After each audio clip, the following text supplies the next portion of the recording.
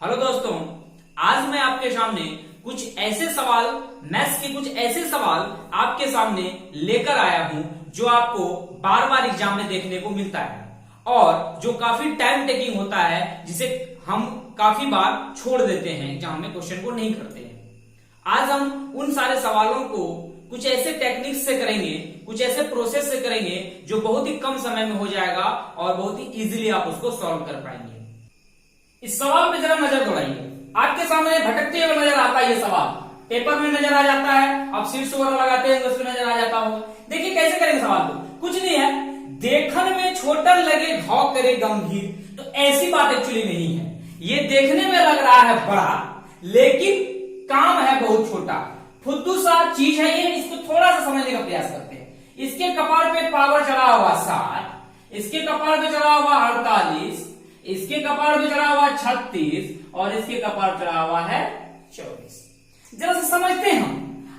इसमें अगर base same होता तो कंपेयर इजीली कर पाते, या पावर सेम होता तो कंपेयर इजीली कर पाते। अब बताइए 3 की पावर 2 अधिक होता है या 4 की पावर 2? आप बोलेंगे सर 4 की पावर 2, क्योंकि 4 की पावर 2 16, 3 की पावर 2 9, तो यहां तो पावर भी इक्वल नहीं है। तो हमारे पास नीचे 2 3 4 5 को इक्वल करना तो बड़ा मुश्किल है, लेकिन पावर को हम इक्वल कर सकते हैं। कैसे कर सकते हैं बताइए? 60 48 36 24, ऐसे सवाल में आपको करना क्या है, एचसीएफ निकाल लेना है। जो भी पावर है उसका क्या निकाल लेना है?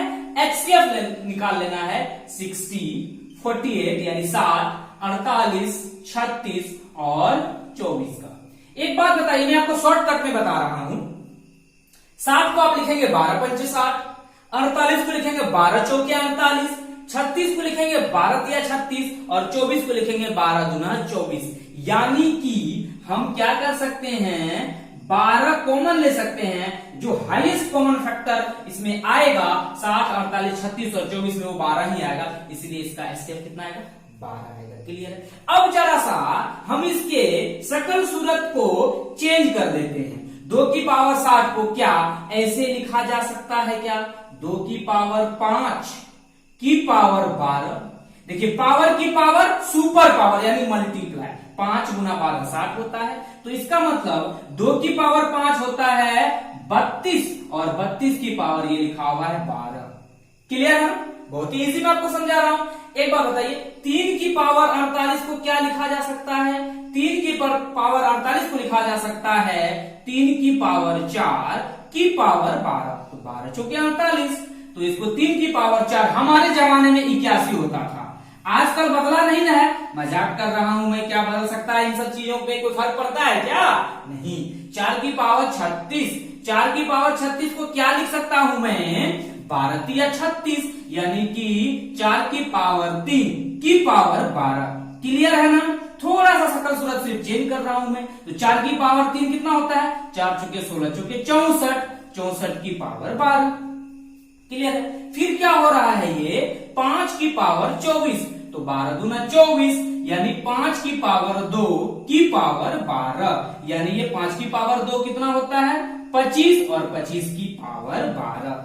अब मुझे बताने की जरूरत नहीं है, आप खुद जानते हैं। 32 की पावर 12, 81 की पावर 12, 64 की पावर 12 और 25 की पावर 12। सबसे बड़ा 81 की पावर 12, लेकिन ये फॉर्म तो 81 की पावर 12 आपको दिया हुआ नहीं था, ये तो अपने मन से आप निकाले। लेकिन किसका है ये एक्चुअली में? चलिए पहुंचिए 3 की पावर 48, यानी कि जे वाला आपका आंसर हो गया। जे वाला आपका आंसर हो गया। क्लियर है ना? देखिए कितना शॉर्टकट आप इसको कर पाए हैं ना। इसी तरह आपको एक एक सवाल का शॉर्टकट और कैसे उसका बेसिक मेथड से सॉल्यूशन होता है, आप हमसे जुड़िए। आपको मैं गणित सिखाऊंगा बहुत ही अच्छे तरीके से। nexthistory.in पर आप जरूर जुड़िए, है ना? और वीडियोस को दोस्तों के साथ शेयर करते रहिए लगातार, और चैनल को भी क्या करिए, सब्सक्राइब कर दीजिए, है ना? तो चलिए बढ़ते हैं अगले सवाल की तरफ। आपके सामने लिखा हुआ ये देखिए, आप देख पा रहे होंगे। मैं पढ़ दूं क्या सवाल को? दिख रहा है आप लोगों को? 1/√3 प्लस √4 प्लस 1/√4 प्लस √5, इस तरह से कहां तक गया है? 1/√8 प्लस √9 तक। इसका क्या वैल्यू होगा, इसका क्या मान होगा, इसको देखिए जरा। हम लोग कितना कम समय में अच्छा से निकालते हैं। क्लियर है? पहले तो हम सारे टर्म को एनालाइज नहीं करेंगे, सारे टर्म को नहीं समझेंगे। आप सिर्फ एक टर्म को समझ लीजिए, इसके बाद मैं आपको बता दूंगा कि आगे के टर्म में क्या करना है।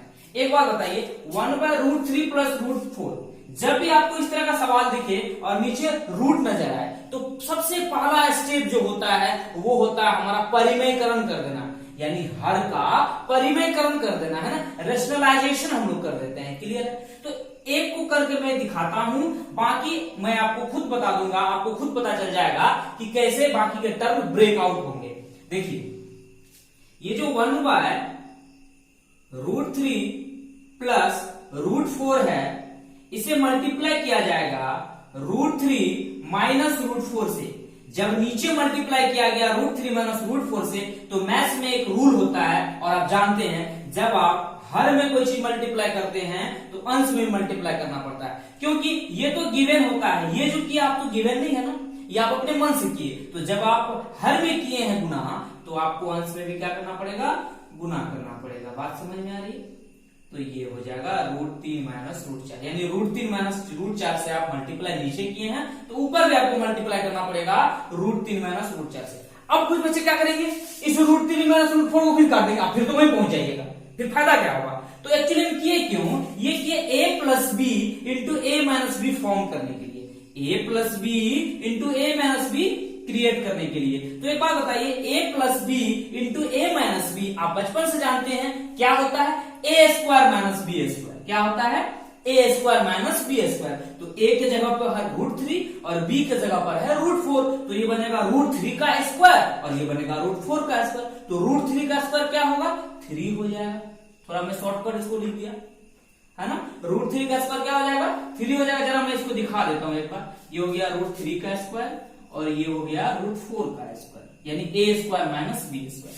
और यहाँ क्या बन रहा होगा, √3 माइनस √4, 1 से मल्टीप्लाई होकर क्या बनेगा, ये √3 माइनस √4। क्लियर है? दोबारा समझिए, ये √3 का स्क्वायर नीचे क्या बन जाएगा, 3 बन जाएगा। क्या बन जाएगा, √3 का स्क्वायर क्या होता है, 3 होता है, और √4 का स्क्वायर क्या होता है, 4 होता है। तो 3 माइनस 4 क्या होगा, माइनस का 1। ठीक, और ऊपर क्या बन रहा है, √3 माइनस √4। एक बात बताइए, अगर ये 1 होता तो मैं √3 माइनस √4 लिख के छोड़ देता, लेकिन यहाँ -1 है, इसका मतलब दोनों में -1 से डिवाइड करेंगे। इसका क्या मतलब हुआ, जो माइनस √4 है वो 4 बन जाएगा और जो प्लस √3 है वो माइनस √3 बन जाएगा, यानी ये हो गया √4 माइनस √3। क्लियर है ना? आप इसको ऐसे भी समझ सकते हैं, जब आप माइनस कॉमन लेंगे तो ये बनेगा माइनस √3 और ये बन जाएगा प्लस का √4 और डिवाइडेड में है -1, ये -1 कैंसिल आउट।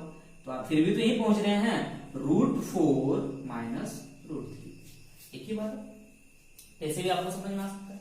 तो आफ्टर ऑल ये क्या बन रहा है, √4 माइनस √3, यानी पहला टर्म आपका क्या बन रहा है, √4 माइनस √3।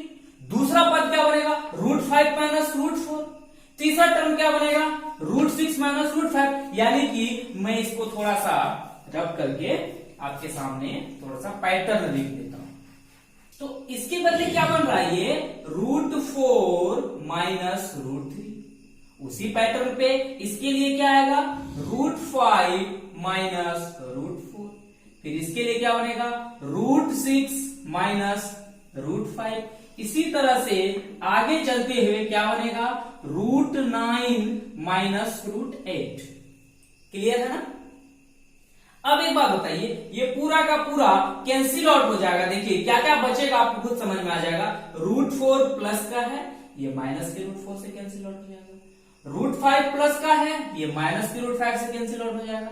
√6 प्लस का है, आगे ये माइनस √6 से कैंसिल आउट हो जाएगा। अब कंफ्यूजन यहां होगा कि सर √9 और √8 में जो माइनस का, इन दोनों में क्या बचेगा। एक बात बताइए, ये जो लिखा हुआ √9 माइनस √8, इससे जस्ट पहले क्या हो रहा होगा, इससे जस्ट पहले हो रहा होगा क्या बताइए, ये बन रहा होगा क्या, रूट माइनस का √8, मतलब √8 और क्या बन रहा होगा आगे जाके, ये माइनस का √7, यानी कि ये बन रहा होगा √8 माइनस √7, जैसे कि √9 माइनस √8। तो अगला इससे पहले वाला क्या बन रहा होगा, √8 माइनस का √7। तो माइनस का √7 उससे पहले प्लस √7 से कैंसिल आउट हो जाता, और ये माइनस का √8 उससे पहले कैंसिल आउट हो जाएगा, है ना, उससे पहले वाले प्लस √8 से कैंसिल आउट हो जाएगा। तो आफ्टर ऑल क्या बचेगा, माइनस √3 बचेगा और प्लस का √9 बचेगा। क्लियर है? तो एक बात बताइए, √9 का मतलब क्या हुआ? 3 हुआ और ये -3 हुआ, तो आपका जो आंसर होगा क्या हो जाएगा? 3 माइनस √3 ये आपका आंसर हो जाएगा। ऑप्शन के अकॉर्डिंग आप देख लेंगे, है ना। चलिए अब दूसरे क्वेश्चन को हम लोग देखते हैं। अगला सवाल आपके सामने है, √19 माइनस √17, √13 माइनस √11, √7 माइनस √5 और √5 माइनस √3। इसमें सबसे बड़ा कौन है? अब बताइए, ऐसे तो हम कंपेयर नहीं कर पाएंगे, ऐसे तुलना नहीं कर पाएंगे, कुछ ना कुछ इक्वल करके हमें कंपेयर करना पड़ता है ना। तो कैसे करेंगे, एक बात बताइए, ये जो √19 माइनस √17 है इसको जरा समझिए आप। √19 माइनस √17 है, ठीक है। इसको अगर मैं डिवाइड में, तो नीचे 1 रहता ही रहता है, इसको मैं ऐसे लिख सकता हूं क्या? √19 माइनस √17 इंटू √19 माइनस √17 प्लस से मल्टीप्लाई किया तो नीचे कुछ नहीं रहता है तो 1 रहता है, तो आप क्या करेंगे? 1 इंटू √19 प्लस √17।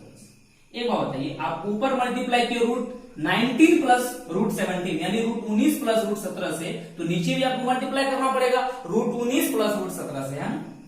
चलिए ये क्या बनेगा? a minus b into a plus b. तो a minus b into a plus b क्या होता है? a square minus b square, यानी √19 का स्क्वायर हो जाएगा 19 और √17 का स्क्वायर हो जाएगा 17 और डिवाइड में क्या चल रहा है? √19 प्लस √17। तो आफ्टर ऑल ये आपको क्या दे देगा? √19 में से √17 सब्ट्रैक्ट करेंगे, घटा देंगे तो क्या बनेगा? 2 बनेगा। 2 बटे √19 प्लस √17। क्लियर है? इसको रहने दीजिए, यानी √19 माइनस √17 क्या आया है? 2 बटे √19 प्लस √17। और बताइए इसमें कितना का डिफरेंस है? बीच में माइनस का साइन है और डिफरेंस कितना? 19 और 17 में 2 का अंतर है, 13 11 में 2 का अंतर है, 7 5 में 2 का अंतर है, 5 3 में 2 का अंतर है, यानी कि ये वाला इससे 2 बड़ा है ना। इसका मतलब ये हुआ कि √19 माइनस √17 जब हम 2 बटे √19 प्लस √17 लिख सकते हैं, उसी तरह से बताइए डायरेक्ट वे में बताइए, पैटर्न देख लेने के बाद √13 माइनस √11 को क्या लिखा जा सकता है? 2 बटे √19 प्लस √17। सहमत है ना? उसी तरह से बताइए √7 माइनस √5, √7 माइनस √5 को क्या लिखा जा सकता है? 2 बटे √7 माइनस प्लस √5। क्लियर है ना आप लोगों को? समझ में आ रहा है? यहां पे सॉरी इसके बेसिस पे क्या हो जाएगा? 13 प्लस का 11। क्लियर है? सबको हमको बार बार निकालने की जरूरत नहीं पड़ी, एक पैटर्न पता चला, उसके बाद आगे बढ़ गए। उसी तरह से बताइए √5 माइनस √13, √5 माइनस √3, √5 माइनस √3 को क्या लिखा जा सकता है? 2 बटे √5 प्लस √3। एक बात जरा बताइए, यहां से एक चीज है जो हम इजीली ऑब्जर्व कर पा रहे हैं। क्या कर पा रहे हैं कि √19 माइनस √17 हुआ कितना? 2 बटे √19 प्लस √17। √13 माइनस √11 क्या हुआ? 2 बटे √13 प्लस √11। √7 माइनस √5 क्या हुआ? 2 बाय √7 प्लस √5 और √5 माइनस √3 क्या हुआ? 2 बाय √5 प्लस √3। क्या सबके अंश में 2 है? क्या सभी के अंश में 2 बराबर है? इसका मतलब नीचे जितना छोटा होगा वैल्यू उतनी बड़ी होगी, उसकी वैल्यू क्या उतनी बड़ी होगी। इसमें कोई कंफ्यूजन नहीं आप लोगों को? 1 बटे 10 बड़ा होता है या 1 बटे 100 बड़ा होता है? वैसे तो 10 और 100 में सिर्फ कंपेरिजन करेंगे तो 100 बड़ा होगा, लेकिन जब ये उल्टा हो जाएगा यानी कि 1/, के फॉर्म में हो जाएगा तो ये बड़ा होगा। यानी नीचे जितना छोटा वैल्यू उतना बड़ा और नीचे जितना बड़ा वैल्यू उतना छोटा। तो यहां बताइए सबसे छोटा आपको क्या नजर आ रहा है? नीचे ये तो 19 17 है रूट में, तो ये बड़ा होगा, सबसे बड़ा ये होगा। फिर क्या लिखा हुआ है? 13 11। फिर क्या लिखा हुआ है? 7 5। फिर क्या लिखा हुआ है? 5 3। यानी कि सबसे छोटा जो है यही है, सबसे छोटा। तो जब नीचे में सबसे छोटा है तो आफ्टर ऑल ये वैल्यू क्या देगा? सबसे बड़ा देगा, यानी कि √5 माइनस √3 सबसे बड़ा होगा। इसका करेक्ट आंसर हो जाएगा √5 माइनस √3। क्लियर है ना? चलिए अगले सवाल को देखते हैं। देखिए इस सवाल को, बहुत ही प्यारा सा सवाल है, देखने में देखिए कितना अजीब लग रहा होगा, कितना लंबा चौड़ा कैलकुलेशन, लेकिन जब आप इसके कमजोर नस को पकड़ लीजिएगा, यानी आखिर ऐसा कौन सा पॉइंट है जहां से हम इसको इजीली समझ पाए एक्चुअली हो क्या रहा है इस पैटर्न में। एक बात बताइए, 2 - 1/3, जरा समझिएगा मेरी बात को मेरे साथ साथ। 2 - 1/3, तो यहां 2/1, 1 और 3 का एलसीएम लेंगे तो 3 आएगा। क्लियर है? तो 3 दूना 6, 6 में से गया 5, तो ये हो गया 5/3। मैं आपको थोड़ा सा शॉर्ट करके बता रहा हूं, समझ में आ रहा है? अरे ये आपको क्या करना है, घटाव करना है, भिन्न का घटाव करना है, तो ये 5/3 आएगा। अगला क्या हो जाएगा, 7/5 हो जाएगा। देखिए समझ में आ रहा है ना आप लोगों को? उससे अगला क्या हो जाएगा, 9/7 हो जाएगा। इसी बेसिस पे आप देख रहे हैं ना, इस तरह से ये कैसे चलेगा। एक बात बताइए, यहां क्या करेंगे आप, 999 गुना 2 माइनस 997 करेंगे तो बहुत सारा टाइम लग जाएगा, है ना? तो इसको जरा पैटर्न को समझिए, क्या हो रहा है, नीचे वाले से 2 अधिक ऊपर वाला हो रहा है। 3 2 5, 5 2 7, 7 2 9, तो 999 से 2 अधिक ऊपर कितना होगा, 999 में 2 ऐड करेंगे तो 1001 होगा। बात समझ में आ रही है ना आप लोगों को? यही स्टेप हमारा क्या हुआ, हम यहाँ पे पता किए, इसके पैटर्न को देखकर पता किए कि अंतिम में क्या बन रहा होगा, 1001/999। बट्टे में तो वही चल रहा है ना, 5 है तो 5, 7 है तो 7, तो 999 है तो 999। क्लियर वाली बात? जरा समझिएगा, देखिएगा, कत्लेआम 5 से 5, 7 से 7, 9 से अगला 11/9 कट रहा होगा।